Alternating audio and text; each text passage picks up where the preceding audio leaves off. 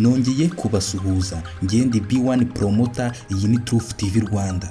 Uyu munsi nkuzaniye top 10 y'amatelefone akunzwe hano mu Rwanda ndetse no muri Afurika muri rusange.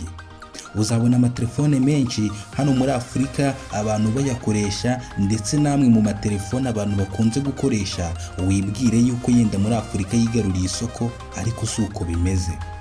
Kuko ku mwanya wa 10 niho tugiye guhera, tugende tumanuka, ariko uze gusobanukirwa telefone zikunzwe mu Rwanda ndetse no muri Afurika. Iyi ni top 10 kuri Truth TV Rwanda. Kora subscribe ntukajye ucikanwa na top 10 n'ibindi biganiro bitandukanye. Ku mwanya wa 10 turahasanga telefone y'ubwoko bwa Realme. Realme ni telefone nziza ndetse iri kwigarurira isoko muri Afurika kubera ubuhanga zino telefone zikoranywe. Ni telefone nziza zifite capacity nini, bwaba mu buryo bwa RAM ndetse na storage yayo. Iyi Realme iri kwigarurira isoko cyane muri Afurika kubera nyine ubwiza bwazo. Ku mwanya wa 9 wa telefone zihariye isoko muri Afurika turahasanga Nokia. Nokia ni zimwe muri telefone nziza, ndetse kandi Nokia ni uruganda rumaze imyaka myinshi rwarigaruriye isoko muri Afurika. Kubera yuko tuvuze Nokia cyangwa se iyo umuntu avuze Nokia, abantu bose bahita bumva za telefone nziza zikomera ndetse zinarambye umuriro. Nokia rero smartphone zayo ni zimwe muri smartphone ziri kwigarurira isoko cyane hano muri Afurika.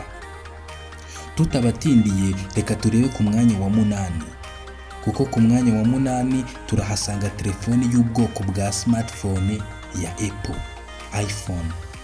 Izi telefone za iPhone ni zimwe muri telefone ziri kwigarurira isoko muri iyi minsi, ariko nanone ikibazo cyazo zirahenda.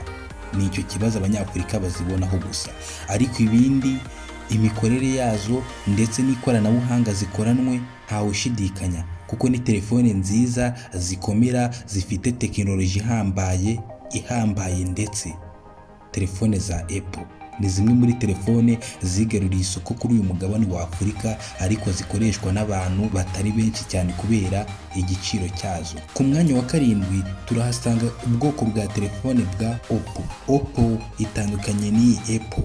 Telefone z'uru ruganda zimaze kwigarurira isoko cyane, zirimo kwigarurira isoko mu bihugu byo mu burengerazuba bwa Afurika, mu bihugu nka Senegal na Mali.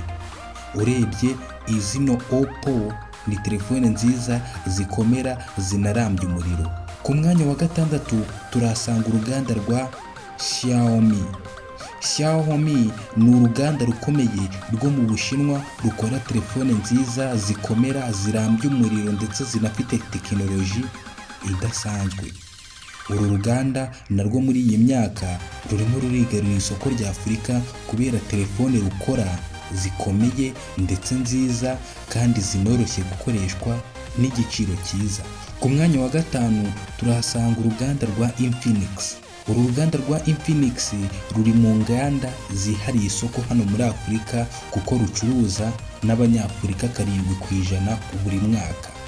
Izo ni telefone nyinshi ugereranyije n'abatuye Afurika.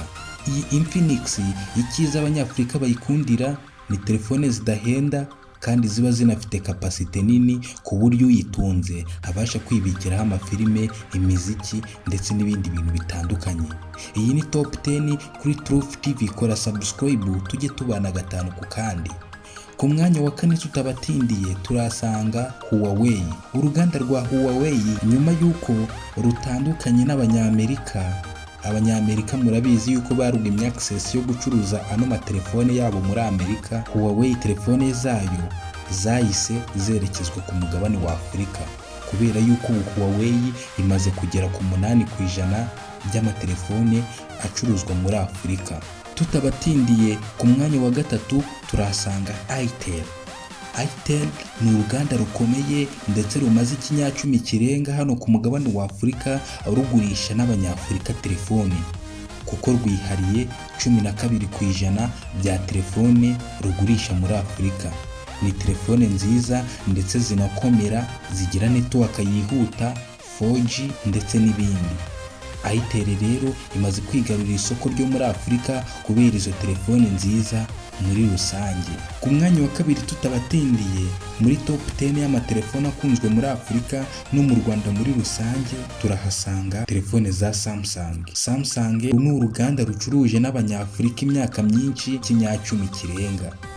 Uruganda rugurisha n'abanyafurika 15% rw'amatelefone rukora. Iyi Samsung yigaruriye isoko hano muri Afurika. Samsung ikora telefone nziza ndetse bamwe banagereranya ko zishobora kuba zigereranywa na iPhone cyangwa se zikaba zanaruta iPhone. Ibyo simbizi, wabibwirwa n'abashyiramo za operating system ndetse n'ibindi bitandukanye bakaba batugereranyiriza. Ariko Samsung by'umwihariko ni telefone nziza, ku ifoto ntawe ushidikanya. Telefone zirambye umuriro ndetse telefone zikomeye hano mu isi nzima. Samsung ni uruganda nyine nk'uko mbikubwira uza ku mwanya wa kabiri mu zicuruza amatelefone menshi muri Afurika, 15%. Ku mwanya wa mbere turahasanga uruganda rwa Tecno. Tecno ni rumwe mu nganda zikomeye cyane rukorera mu Bushinwa. Rugurisha n'abanyafurika telefone 18%.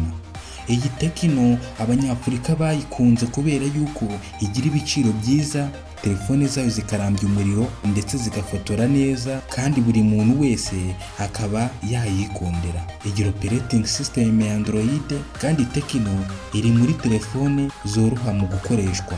Akaba ari nayo mpamvu yigarurira isoko muri Afurika, kuko uwatunze Tecno ahora yumva ariyo telefone yatunga. Kora kuri subscribe tujye tubana gatanu ku kandi. Iyi ni Truth TV Rwanda, nge ndi B1 promoter cya B-First promoter. Tujye tubana buri munsi ku munsi, uko duteretseho ikiganiro ucyakira uri mu ba mbere. Mwakoze cyane. Amakuru yacu ndetse na top 10 nakagaruka. Top 10 kuri Truth TV Rwanda ni buri wa gatanu isaha y'isa moya z'umugoroba.